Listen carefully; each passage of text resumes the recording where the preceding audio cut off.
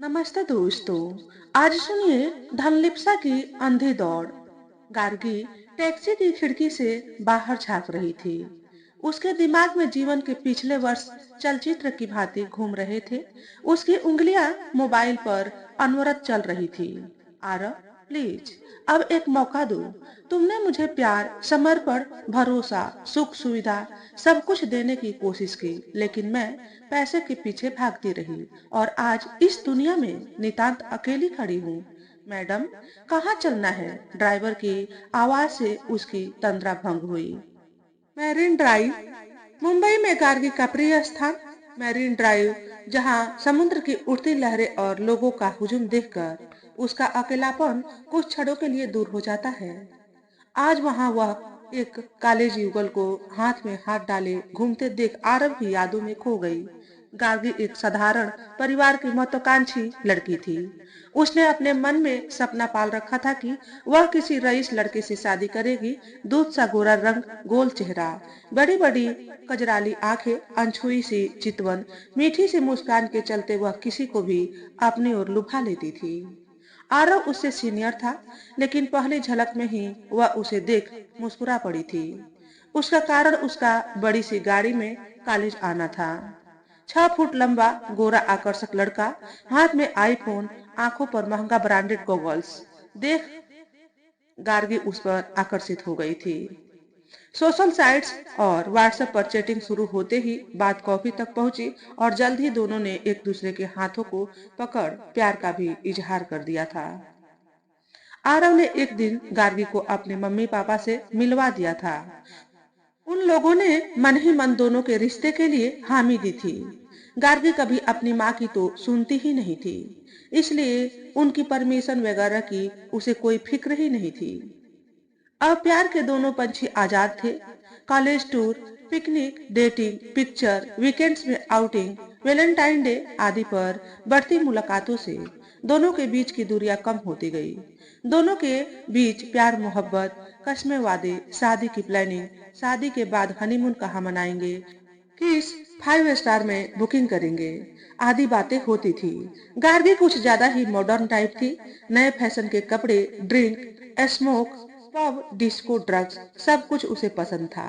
आरव उसके प्यार में डूबा हुआ उसका साथ देने के लिए नशा करने लगा और नशे में ही दिल का रिश्ता शरीर तक जा पहुंचा। और उस दिन दोनों ने प्यार की सारी हदें पार कर दी थी। वैसे भी दोनों शीघ्र ही एक दूसरे के होने वाले थे ही। आरव का प्लेसमेंट नहीं हुआ था, इसलिए वह परेशान रहता था। गार्गी उससे गोवा चलने की जिद कर रही थी। उसने जोर से डांट कर कह दिया कि गोवा कहीं भाग जाएगा क्या। गार्गी नाराज होकर वहां से चली गई और बातचीत बंद कर दी। आरव अपनी चिंताओं में खोया हुआ था। दोनों ने छोटी सी बात को अपना आह का प्रश्न बना लिया था। उसने तो मोबाइल से उसका नंबर भी डिलीट कर दिया था। कुछ ही दिन बीते थे, उसके जीवन में पुरु आ गया। वह आरव से ज्यादा पैसे वाला था और गार्गी बचपन से बड़े सपने देखने वाली लड़की थी। अपने ख्वाबों को पूरा करने के लिए, मार्ग में आए अवरोधों को दूर करने के लिए साम, दाम, दंड और भेद सब कुछ आजमा लेती थी। एक दिन वह पुरु के साथ शहर के एक कैफे में बैठी थी कि उसकी निगाह एक टेबल पर बैठे आरव और उसके दोस्तों पर पड़ी तो उसने जानबूझकर उन्हें अनदेखा कर दिया। पुरु उसका बॉस था। वह कंपनी में सीनियर मैनेजर की पोस्ट पर था। आकर्षक, सजीला, सांवला, सलोना पुरु की सीनियर मैनेजर की पोस्ट और उसका बड़ा पैकेज देखकर उसने उसके साथ चट मंगनी पट ब्याह रचा लिया। उसने अपनी सगाई की फोटो फेसबुक और दूसरी सोशल साइट्स पर शेयर की थी। वह हीरे की अंगूठी पाकर बहुत खुश थी। आरव को उसकी फोटोज देखकर सदमा सा लगा था। उसने कमेंट बॉक्स में लिखा भी था, वे प्यार मोहब्बत की बातें, कस्में, वादे, जो सपने हम दोनों ने साथ बैठकर देखे थे, सब झूठे हो चुके। शौकीन पुरु की जीवन शैली दिखावे वाली थी। उसका luxurious 4 bedroom, fully furnished flat, बड़ी गाड़ी और ऐशो आराम का सारा सामान देख गार्गी अपने चयन पर खिलखिला उठी। पार्टीज में जाना, जाम पर जाम छलकाना रोज का सगल था। गार्गी के लिए तो सोने के दिन और चांदी की रातें थी। उसने यही सब तो चाहा था। कुछ दिन खूब मस्ती में कटे। सिंगापुर, मॉरिशस, हांगकांग, कभी गोवा के बीच पर तो कभी रोमांटिक खजुराहो, तो कभी ऊटी की ठंडी वादियां, तो कभी कोवलम का बीच। गार्गी बहुत खुश थी। बस एक बात उसकी समझ में न आती कि पुरु अपने फोन पर लंबी बातें करता और हमेशा उससे हटकर अपना लैपटॉप भी लॉक रखता। गार्गी को यह महसूस हुआ कि पुरु ने उसके साथ शादी किसी खास मकसद से की थी। वह दरअसल स्मगलिंग के धंधे में उसका इस्तेमाल करता था, लेकिन वह तो इंद्रधनुषी सपनों में डूबी हुई थी। हसीन ख्वाबों में खोई हुई गार्गी ने अपनी नौकरी भी छोड़ दी थी। पुरु से मिलने लोग आते, कुछ खुसुर फुसुर बातें करते और रात के अंधेरे में ही चले जाते। पिछले कुछ दिनों से वह परेशान रहने लगा था। वह कहने लगा कि मेरी सैलरी अभी नहीं आई है, कंपनी घाटे में चल रही है, आदि आदि। एक दिन पुरु भागते हुए आया और गार्गी से बोला, मुझे एक प्रोजेक्ट के सिलसिले में इटली जाना है, कुछ दिनों के बाद तुम्हें बुला लूंगा। और वह जल्दी जल्दी अपना बैग पैक कर चला गया। गार्गी बहुत खुश थी। वह कुछ दिनों के बाद खुद भी इटली जाने की सोचने लगी। तभी कोरोना बम फट पड़ा और लॉकडाउन होते ही सब कुछ ठहर सा गया। उसके साथ उसके सपने धराशायी होते दिखाई पड़ने लगे। कुछ महीनों तक तो पुरु से बात होती रही, फिर उससे संपर्क भी टूट गया। अब गार्गी समझ नहीं पा रही थी कि क्या करे। कोरोना ने पैर पसार लिए थे, यहाँ भी लॉकडाउन की आहट थी। वह परेशान होकर पुरु को फोन करती, तुमने पैसे ट्रांसफर नहीं किए, मेरा खर्च कैसे चले? फ्लैट का किराया, गाड़ी वगैरह। जो फ्लैट बुक किया था वहां से भी मेल आई है, वह डील कैंसिल कर देने की धमकी दे रहा है। हाँ, मुझे सब मालूम है, मेरी कंपनी बंद हो गई है और यहाँ कोरोना फैल गया है, इसलिए लॉकडाउन कर दिया गया है। मैं स्वयं बहुत बड़ी मुसीबत में हूँ। उसके इंतजार में 3 से 4 महीने बीत गए थे। गार्गी को समझ आ गया था कि वह ठगी गई है, और फिर उसके बाद उसने अपना सिम बदलकर उससे संबंध समाप्त कर लिया। वह फ्लैट किसी और का था, केवल कुछ महीनों के लिए ही लिया गया था, इसलिए अब मजबूर होकर वह अपनी माँ के पास आ गई और फिर से नौकरी करने लगी। कुछ दिनों तक तो पुरु के दिए धोखे से वह बाहर नहीं आ पा रही थी। वह खोई खोई और उदास रहती। माँ ने पहले ही उसे जल्दबाजी में शादी करने से बहुत मना किया था, परंतु वह तो उसके बड़े पैकेज की दीवानी थी। गुस्से में गार्गी ने अब तो पुरु का मोबाइल नंबर भी ब्लॉक कर दिया था और अपनी शादी की यादों के पन्ने को फाड़कर अपने जीवन में आगे बढ़ चली थी।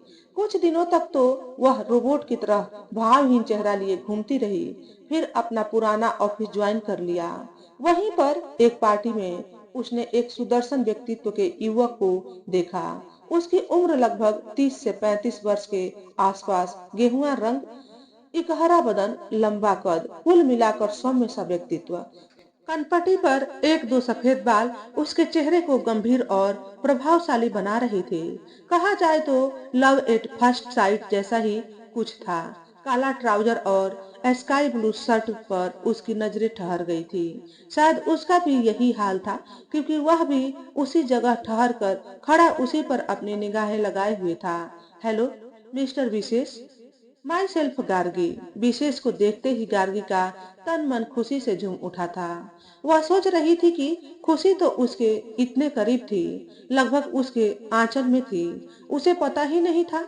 दोनों के बीच हेलो हाय का रिश्ता जल्दी ही बातों और मुलाकातों में बदल गया था। बातों बातों में गार्गी को विश्वास में लेने के लिए विशेष ने अपने जीवन की सच्चाई को निसंकोच बता डाला था। पापा उस पर शादी के लिए दबाव डालते रहे, लेकिन जिसको मैंने चाहा वे उससे राजी नहीं हुए। बस मैंने भी सोच लिया कि शादी ही नहीं करूंगा। एक दिन पापा का हार्ट फेल हो गया। फिर दुख की मारी अम्मा भी अपनी बहू का मुंह देखने को तरसती रही और पापा के बिछोह को सहन नहीं कर पाई। जल्दी ही इस दुनिया से विदा हो गई। अब उसकी जिंदगी पूरी तरह से आजाद और सुनी हो गई थी। विशेष ने आगे बताया, मैं एक एमएनसी में अच्छी पोस्ट पर हूँ, अच्छा भला पैकेज है, परंतु अपने जीवन के एकाकीपन से तंग आ चुका हूँ। शादी.com जैसी साइट पर अपने लिए लड़की ढूंढता रहता हूँ, खोज अभी जारी है। आपको देखकर लगा कि शायद आप मेरे लिए परफेक्ट साथी हो सकती हैं। वह तो उसी के ऑफिस के दूसरे सेक्शन में था। दोनों के मन में एक सी हिलोरे उठ रही थी। कभी लिफ्ट तो कभी पार्किंग, तो कभी कैंटीन में मिलना जरूरी सा लगने लगा था। दोनों को व्हाट्सएप और फोन पर लंबी बातें देर रात तक होने लगी। दीवानगी अपने चरम पर थी। एक दिन गार्गी ने जानबूझकर अपना फोन बंद कर दिया और ऑफिस भी नहीं गई। इस तरह 2 दिन बीत गए थे। उसके मन में अपराध बोध का झंझावात चल रहा था कि वह अपने पति पूरू के साथ अन्याय कर रही है। क्यों? उसका अंतर्मन बोला था कि विशेष उसका केवल अच्छा दोस्त है। वह उसके दिल की भावनाओं को समझता है, परंतु वह उससे सच्चाई बताने में क्यों डर रही है? उसका मन उसे धिक्कारता रहता, लेकिन विशेष को देखते ही वह सब कुछ भूल जाती थी। इसी पसोपेश में वह घर में ही लेटी रही थी। उसके घर की कॉल बेल बजी तो वह चौंक पड़ी थी। दरवाजे पर विशेष को खड़ा देख गार्गी प्रफुल्लित हो उठी थी। अरे, आप? आपको 2 दिनों से देखा नहीं, इसलिए चिंतित हो उठा था। आखिर आपका दोस्त जो ठहरा, बस यूं ही। सिर में दर्द था और सच कहूं तो मूड ठीक नहीं था। मेरे होते हुए मूड क्यों खराब है? आज मेरा ऑफिस नहीं है, वर्क फ्रॉम होम ले रखा है। आज की मीटिंग पोस्टपोन कर देता हूँ। चलिए कहीं बाहर चलते हैं। वही कहीं लंच कर लेंगे। उसके मन में लड्डू फूट पड़े थे। वह तो कब से चाह रही थी कि वह उसकी बाहों में बाह डालकर कहीं बाहर घूमने जाए, किसी 5 स्टार होटल में लंच और फिर शॉपिंग करवाए। उसके मन में पुलक भरी सिहरन थी। दिसंबर का महीना था, बादल छाए हुए थे। हवा में ठंडापन होने से मौसम खुशनुमा था। वह मन से तैयार हुई थी। उसने स्कर्ट और टॉप पहना था। जब वह तैयार होकर बाहर आई तो विशेष की निगाहें उस पर ठहर कर रह गई थी। वह उसे अपलक निहारता रह गया था। माँ ने उस दिन गार्गी को टोका भी था। अब यह नया कौन आ गया तेरे जीवन में? यह विशेष है, मेरा अच्छा दोस्त। इससे ज्यादा कुछ भी नहीं। मेरे ही ऑफिस में काम करता है। जब विशेष ने शिष्टता के साथ उसके लिए कार का दरवाजा खोला तो उसके मन में पूरू की यादें ताजा हो उठी। उसने तो इस तरह से उसके लिए कभी भी गाड़ी का गेट नहीं खोला, लेकिन उन यादों को झटकते हुए वह फौरन वर्तमान में लौट आई थी। पहले कहाँ चलोगी? आपने लंच कर लिया? नहीं, वह सकुचा उठी थी। फिर तो चलिए पहले लंच करते हैं। मेरे पेट में भी चूहे बहुत जोर जोर से चहलकदमी कर रहे हैं। विशेष यह कहकर अपनी बात पर भी जोर से हंस पड़ा था। उसने एक बड़े रेस्तरां के सामने गाड़ी रोक दी थी। वहां एक वॉचमैन ने तुरंत आकर उसके हाथ से गाड़ी की चाबी ली और गाड़ी पार्क करने के लिए ले गया था। वहां पर विशेष एक कोने की टेबल पर सीधे पहुंच गया, शायद पहले से बुक कर रखा था। एक बार भी फिर गार्गी का दिल धड़क उठा था। विशेष की आंखों में अपने प्रति प्यार वह स्पष्ट रूप से देख रही थी। उसका प्यार भरा आमंत्रण उसके मन में प्यार की कोपले खिला रहा था। परंतु मन ही मन अपने कड़वे अतीत को लेकर डरी हुई थी। जब उसे उसके बारे में सब कुछ मालूम होगा, तब भी क्या वह इसी तरह से उसके प्रति समर्पण भाव रखेगा? एक क्षण को उसका स्वर्ग सिहर उठा था। विशेष से अब तक गार्गी को प्यार हो गया था। उसके प्रति उसकी दीवानगी बढ़ती जा रही थी। उस दिन उसने मॉल से उसको शॉपिंग भी करवाई थी, लेकिन बार बार पूर्व उसकी स्मृतियों के द्वार पर आकर खड़ा हो जाता था। सिलसिला चल निकला था, दोनों ही मिलने का बहाना ढूंढते थे। मैरिन ड्राइव, कभी जुहू बीच के किनारे बैठकर समुद्र की आती जाती लहरों को निहारते हुए प्यार की बातें करना बहुत पसंद था उन्हें। शाम गहरा गई थी। समुद्र तट पर दोनों देर तक टहलते रहे थे। आज उसने रेड कलर का स्लीवलेस टॉप और जींस पहनी हुई थी। वह जानती थी कि यह ड्रेस उसके ऊपर बहुत फबती है और वह पहले ही वॉशरूम में अपने मेकअप को टचअप करके आई थी। अचानक ही विशेष ने उसकी हथेलियों को थाम लिया था। इतने दिनों बाद किसी पुरुष के स्पर्श को पाकर वह रोमांचित हो उठी थी। वह कांप उठी थी। उसे फिर से पूर्व याद आ गया था। वह भी तो ऐसे ही मजबूती से उसकी हथेलियों को पकड़ लेता था। क्षण भर को वह भावुक हो उठी थी और उसने एक हल्के झटके से उसकी हथेलियों को परे झटका दिया था। सॉरी कहकर विशेष उससे थोड़ा दूर होकर चलने लगा था। गार्गी न जाने क्यों विशेष के साथ नॉर्मल नहीं हो पा रही थी। हालांकि उससे प्यार करने लगी थी। उसके साथ लंच पर जाना, शॉपिंग पर जाना और अब शाम के अंधेरे में उसकी हथेलियों पर उसका स्पर्श उसके अंतर्मन में पुरु के प्रति अपराध बोध सा भर रहा था। पुरु के मैसेज तो आए थे, हालांकि उसने नाराजगी में उत्तर नहीं दिया था। गार्गी सोचती आखिर वह पुरु के साथ बेवफाई करने पर क्यों आमादा है। पुरु की नौकरी छूटी है तो दूसरी मिल जाती। वह बेचारा तो स्वयं ही मुसीबतों का मारा था। परंतु विशेष का आकर्षण भी उस पर हावी था। उसकी मनोदशा दोराहे पर थी। इधर जाऊं कि उधर, उसका लालची मन निर्णय नहीं ले पा रहा था। एक शाम वे किसी गार्डन की झाड़ी में छिप कर बैठे थे। विशेष बिल्कुल उसके करीब था, यहाँ तक कि उसकी धौंकनी सी तेज सांसों को भी वह महसूस कर रही थी। वह स्वयं भी तो कब से उसकी बाहों में खो जाने का इंतजार कर रही थी। विशेष ने भी उसके मन की भावनाओं को समझ लिया था और फिर जाने कब वह उसकी बाहों में सिमटती चली गई थी। कुछ देर तक दोनों यूं ही निशब्द एक दूसरे के आलिंगन में थे। फिर धीरे से वह उससे अलग हो गई थी। विशेष के चेहरे पर उदासी की छाया मूर्त हो उठी थी। अब विशेष का गार्गी के घर पर आना बढ़ गया था। कभी घर के खाने के स्वाद के लिए तो कभी घर का कोई सामान लेकर आ जाता, तो कभी मम्मी से मिलने के बहाने आ जाता। परंतु गार्गी की तेज निगाहों से छिपा नहीं था कि विशेष मात्र उससे ही मिलने के लिए बहाना खोजता रहता है। मम्मी ने बेटी गार्गी को कई बार समझाने की कोशिश की थी कि तू गलत रास्ते पर चल पड़ी है, यह पुरु के साथ अन्याय होगा। परंतु वह तो विशेष के प्यार में डूबी हुई थी। वह तो हर पल उसके सानिध्य की कामना में खोई रहती। पुरुष की तीव्र नजरें स्त्री की भावनाओं को अति शीघ्र पहचान लेती है और फिर उसके समर्पण को कमजोरी समझ पुरुष उसका मनचाहा दोहन करता है।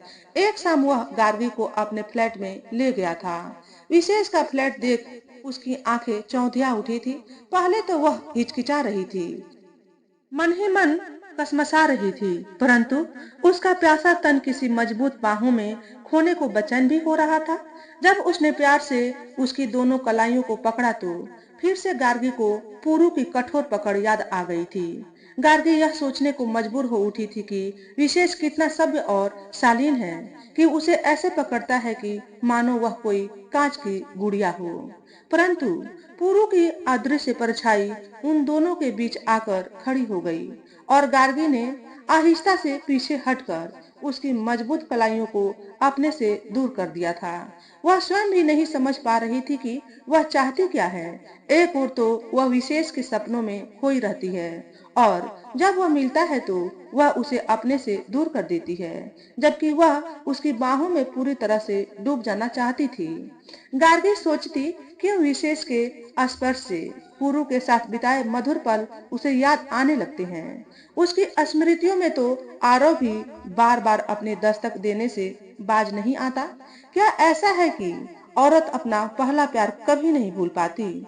शायद यही वजह होगी कि आरव आज भी उसके ख्वाबों में आकर उससे अक्सर पूछता है कि गार्गी, तुम खुश हो?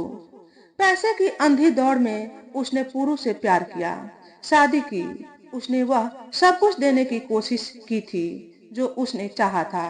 पुरु ने उसे कभी किसी चीज के लिए मना नहीं किया था। क्या पता वह सचमुच किसी मुसीबत में हो। एक शाम वह मॉल में शॉपिंग कर रही थी, तभी वहां पुरु पर उसकी निगाह पड़ी थी। उसके साथ एक लड़की भी थी। दोनों की निगाहें मिल गई थी, लेकिन पुरु तेजी से भीड़ का फायदा उठाकर उससे बचकर निकल गया था। आई एम गार्गी, विशेष की लिव इन पार्टनर निया नाराज होकर चीख पड़ी। You rascal, you cheated me, you told me that you are single. Yes dear, I am single, she is my live in partner only. उसके कानों में मानो किसी ने गरम पिघला शीशा उड़ेल दिया हो। भरी महफिल में वह बुरी तरह अपमानित की गई थी। विशेष उसे ऐसी अपरिचित और खा जाने वाली निगाहों से देख रहा था मानो वह उसे पहचानती भी न हो। उसके कानों में बार बार गूंज रहा था, yes, I am single, she is my living partner only. उसने समझ लिया था कि अब विशेष से कुछ भी कहना सुनना व्यर्थ है। वह एक बार फिर अपनी धनलिप्सा की अंधे दौड़ के कारण छली गई है, ठगी गई है। यह एहसास उसके दिल को घायल कर रहा था। उसकी सारी खुशियां, जीवन का उल्लास, पल पल संजोए हुए सारे सपने, सब कुछ खोखले और झूठे दिखाई पड़ रहे थे। मानो सारी दुनिया उसे मुंह चिढ़ा रही थी। वह मन ही मन पछता रही थी कि काश वह आरव के प्यार को न ठुकराती। अब उसकी आंखों से पश्चाताप की आंसुधारा निर्झर रूप से प्रवाहित हो रही थी। तो दोस्तों, आज के वीडियो में बस इतना ही। अगर हमारे द्वारा बताई गई कहानी थोड़ी सी भी अच्छी लगी हो तो वीडियो को लाइक और शेयर करें। चैनल पर पहली बार आए हो तो चैनल को सब्सक्राइब करके बेल नोटिफिकेशन को ऑल पर सेट कर लें, ताकि आपको ऐसे ही अच्छे अच्छे वीडियो देखने को मिले। हमेशा खुश रहें, हमेशा स्वस्थ रहें। वीडियो देखने के लिए आपका बहुत बहुत धन्यवाद।